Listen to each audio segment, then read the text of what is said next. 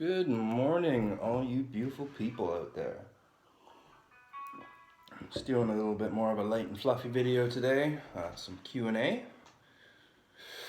I had an interesting conversation with a good friend of mine last night about the quarantine and isolation and how it can be a soul food of sorts, or soul terror. So I'm gonna just take a quick sec actually and say you guys should probably reach out to some of those people you haven't talked to in a little while. We're all stuck here, and those interactions could make your day. And it's always good to connect with others, and you never know when you could be the thing that saves someone from that extremely stressful day, that psychotic break, or that tear rolling down their cheek. So isolation being a soul food is something I am pretty familiar with, given my profession of being an artist that travels around selling my stuff in the summer, and I spend my winters making it. So you'll never get a better look at yourself uninfluenced by society than you will when you're spending some time isolated. Now, the things that get me through it personally are, of course, my art, my music, good books, exercise, martial arts practice, just lots of stuff that enriches me as a person and I really enjoy, so it's easy for me to go and do it. Exercise is one that I think is undervalued because, it releases the endorphins, it gets you motivated, it gets you moving, it makes that next move easier, makes you feel better about yourself, makes you more capable. It's good stuff. I always sleep better when I exercise, and I always feel better when I'm exercising. It also helps me push my limits. When I'm exercising and I'm pushing myself, it makes it easier to push myself in other places.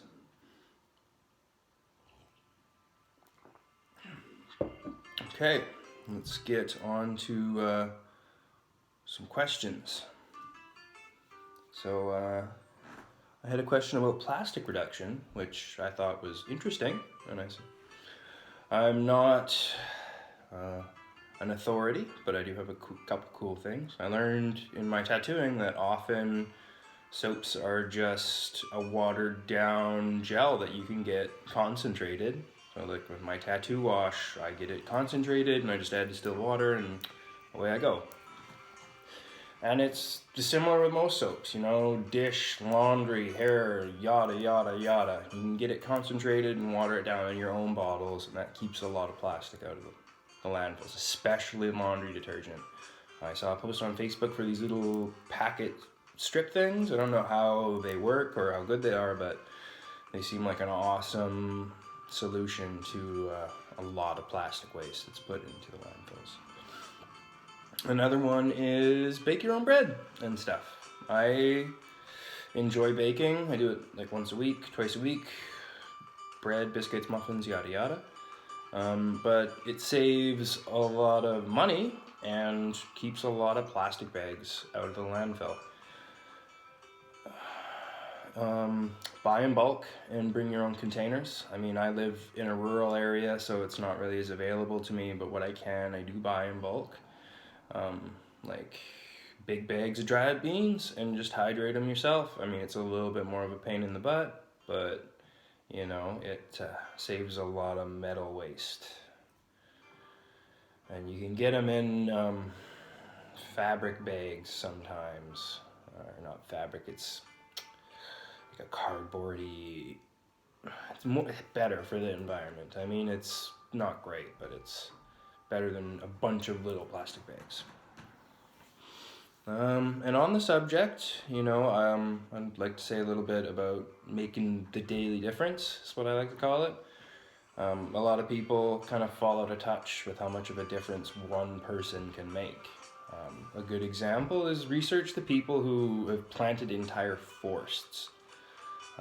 There's a guy in India, I believe it was, who planted a tree every day for like 20 years in a desert, and it's a jungle now, with elephants and monkeys and all kinds of animals that hadn't lived in that region for a long, long time. So a little bit goes a long way. Is common theme I'm finding in life. Like my flute playing, martial arts practice, I don't throw Arnold Schwarzenegger level time into any one thing, but throughout the day I spend a little bit of time on a lot of stuff. And I've noticed over the years this has compiled to, you know, it wasn't going anywhere, but then one day there was that switch, like with martial arts, where you went from flailing your limbs around to actually looking like Jackie Chan. So it happens with all that stuff. You put the time in and you get the reward. I think there's no better farming than the farming of personal skills. Yeah, I think that's probably the best thing you could cultivate in your life. Because it's something that can't be taken away from you and will probably pay off multiple times as, you know, future goes on. And given the times that we're in now, I think personal skills are going to be something we're going to have to fall back on quite often. Another way you can make a difference in your day-to-day life is just to make that little bit of extra effort. Be kind to people, you know, be polite, lift people up, give people compliments, make people feel nice. If you have someone in your life who's trying to accomplish something, just help them out. Or even, you know what, made a huge difference for me. I've had one of my friends come up and he was like, man, I noticed you've been really stressed out. Is there anything I could do to, you know, help out with anything? And there was a art project that needed some simple sanding done that I had just been putting off, and he did it for me, and it was a huge deal because then I could just jump into this project and have a lot of fun while I was doing some rather tedious jewelry making, which was getting me a bit down. And it was winter time, so I couldn't go out into the mountains. So there's a way you could seriously change someone's day, and because people are the future, for all you know, you could have just saved that person from having that little bit of stress that broke them, and now they're going to go on to do something amazing with that passion, that skill, that idea. That being said, if any of you guys have any awesome, cool stuff that you can do or that you know of or anything like that you'd like to share with everybody, shoot me a message and I'll throw it on the page, because I'm all about bringing awesome content and supporting people and lifting everybody up. I'm just one of those guys that's got so much belief in the world and people, and I'm not scared to share it. What's next on here? Sex. So I had someone drop me a comment about tantric sex being magical. I don't know much about tantric sex specifically. I haven't researched that subject, but I mean, through martial arts, I've got a very good awareness of my internal energy, chi, ki. There's lots of different terms for it. But I've noticed that you most certainly do interchange internal energy with another person when you're making love. And this can actually have quite a serious effect. I've noticed it to go as far as to start changing habits. You'll notice your vocal patterns changing. You'll start to talk more like that person. Sometimes it can be as extreme to like completely change an individual's habits and you know, how they view and interact with the world and all that jazz. And it can go in a good way or a bad way. You can have people that absolutely just weigh each other down and they're just not doing well, and it shows long term. So like, you know, if those people are having sex and into the long term, they're both just going to be miserable. And it's not to say that can't be changed, but I mean, if we're talking about just sex off the top, I think it should be practiced with self-respect, respect for others, and the understanding that it's a special interaction. Excuse me. I mean, there's definitely some magic to it. It can create such deep connections and amazing feelings and just, it's good stuff. So, I mean, I definitely think sex is magical, and I think it can have some incredible effects on an individual. but I also think it should be practiced with discretion and awareness, which brings me similarly to my next subject, drugs and alcohol, hallucinogenics and smokables, all this jazz. This is kind of a loaded subject when you're going into, if it hinders or helps spiritual elevation. I think it's a little bit of both, which is true of most things. It's not like a black and white scenario. So on one side of the fence, I think, if you're dependent on these substances for enlightenment, realizations, de-stressing, I don't think that's good. I feel myself that personal development means that you're trying to increase your ability to interact with reality and yourself and your emotions with your own self, and that's that, with the tools you have at your immediate disposal. Now that being said, I'm not going to take away from the fact that, substances can elevate people's minds and create life-changing experiences and do all this stuff. But they can also cause people to become dependent upon those things. So if you are practicing enlightening or altering substances, I feel like first and foremost, you should treat it like a really good book. You should study it, read it, integrate it, and practice it. But you're not going to see me reading the same book every week or every month, or maybe once a year. Refresh it, I put it into practice, I let it seep in, I think about it, I contemplate it, but I'm not reading it every month. Now the other side, there's people who in their spiritual practice feel like drugs and alcohol are evil and they lure you down and yada yada. And I personally, myself, think that the stress and the thoughts that go around this belief system are actually more damaging than just partaking in the substance. Like if you're not reliant on it, you're not reliant on it. You enjoy smoking a joint, but you're not smoking a joint because you're worried other people are going to judge you, or you're going to judge yourself, or you're not spiritual if you smoke it. Smoke that freaking joint because you need it. If that many thoughts are coming at you while you're thinking about whether or not you should smoke a joint, smoke that freaking joint.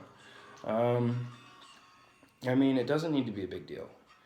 This is what I mean. There's no black and white in these practices. You're not spiritual because you did mushrooms at some point. You're not superior because you've never done psychedelics and you've reached these same realizations. Sleep deprivation can get you there. Like, I've spent days awake and you start hallucinating and stuff gets weird.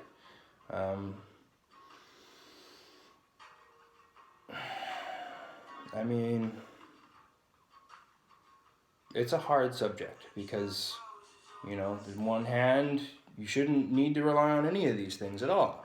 On the other hand, life is about enjoying yourself and interacting and experiencing it. So I feel like it's really up to the scenario, and you should ask yourself, is this appropriate? And you should know in that scenario if it's appropriate. For mushrooms, I will say that there have been studies into its positive effects with depression and allowing people with trauma to reattach brain pathways that they wouldn't be able to connect otherwise. So as a medicine, there have been some like great leaps and bounds there.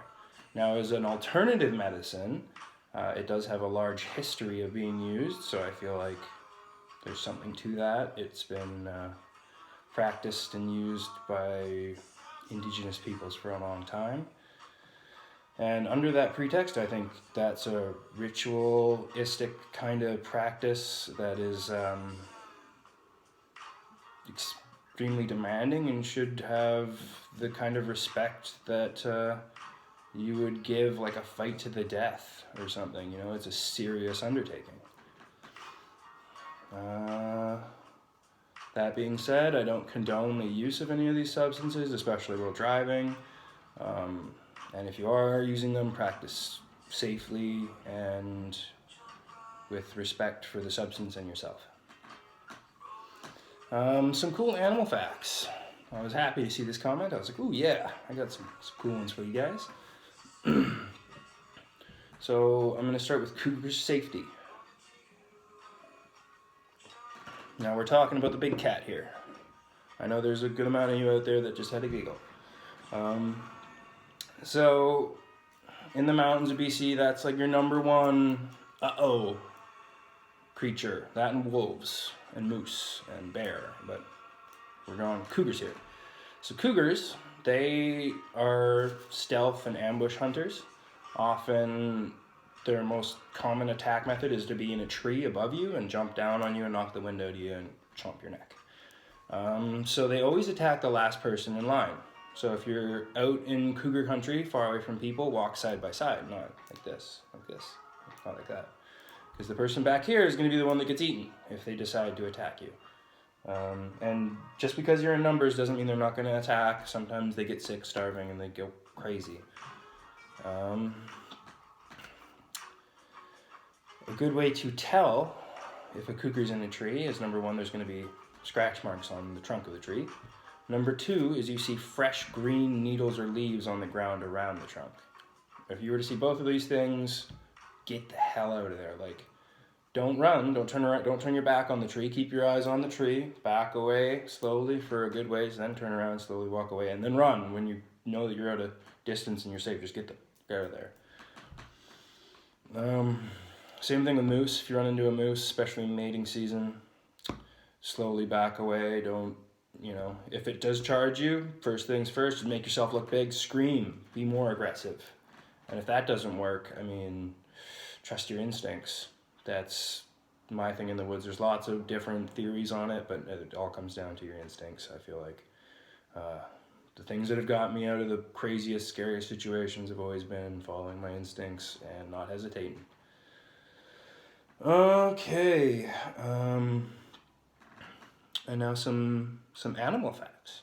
So cougars are stinky, and they scream at night and make weird, scary noises. They're devil cats. Beautiful, powerful creatures, but scary as hell.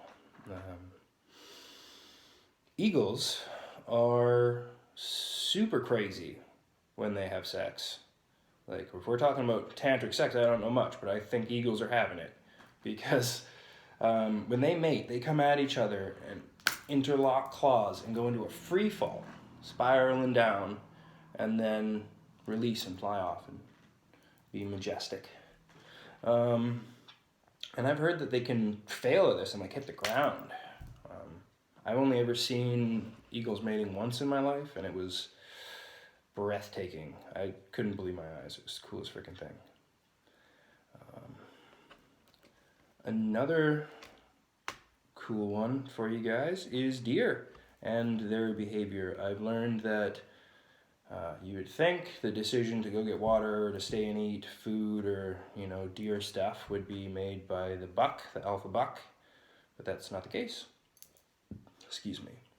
It's actually more of a collective voting decision. So if more than half the herd has their bodies pointing towards the nearest water source, then they're all probably going to head off to go get a drink here pretty soon. So cool thing, if you're starving for water out in the wilderness and you see deer eating grass, just hang out and watch them, because eventually their next stop is going to be water, most likely.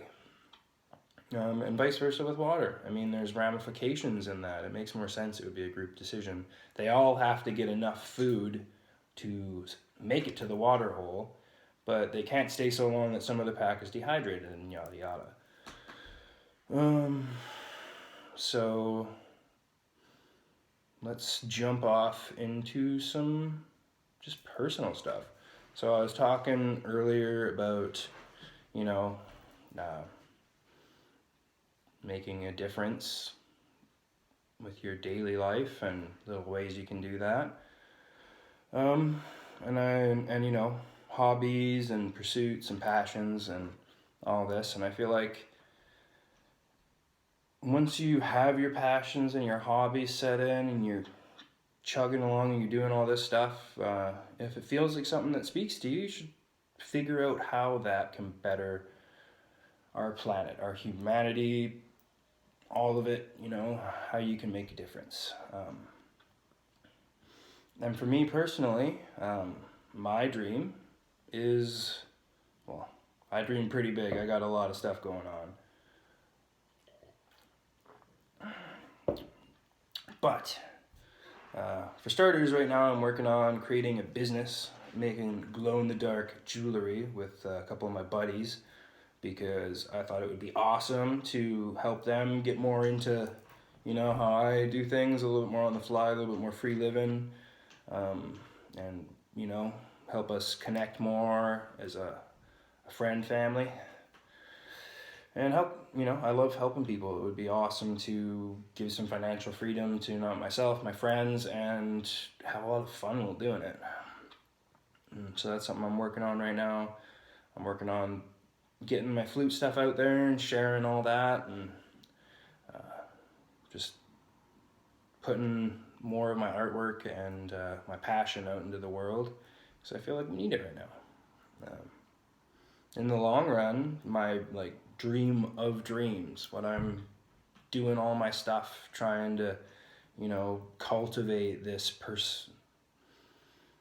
person that I am into a force of nature towards my cause and my goals and the betterment of this planet.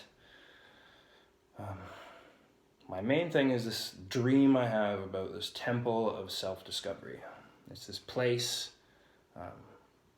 that would be qualified as a religion, because that's the only way that all of the practicing monks could live there for free and be free of the stresses of life in the way that would allow them to cultivate their skills into an absolutely insane level. So it would be a temple of artists. And I mean all kinds of artists. I mean bakers, cooks, blacksmiths, dancers, yoga, martial arts, gardening, horticulture, you name it, everything you could imagine. If there's somebody out there that wants to move here and practice their art 5 days a week and just get amazing at it with very little rent, and have access to all these other things, the yoga people would also hold a yoga class, so all the other people could come and practice yoga. So it'd be a place where art would just flourish, and talents and ability and personal capability would be unreal of all the people who lived here. But not only that, it would be open to the community around it. It would be a place where, because it's a religion, because the products and services of this place wouldn't be taxed the same, it would allow us to give very affordable rates. You could go there, have dinner with your family after you did some dancing and then did yoga, and then go hang out and, listen to some of the musicians or watch the dancers, or, it'd be a great place for people to be exposed to all these things or participate in them.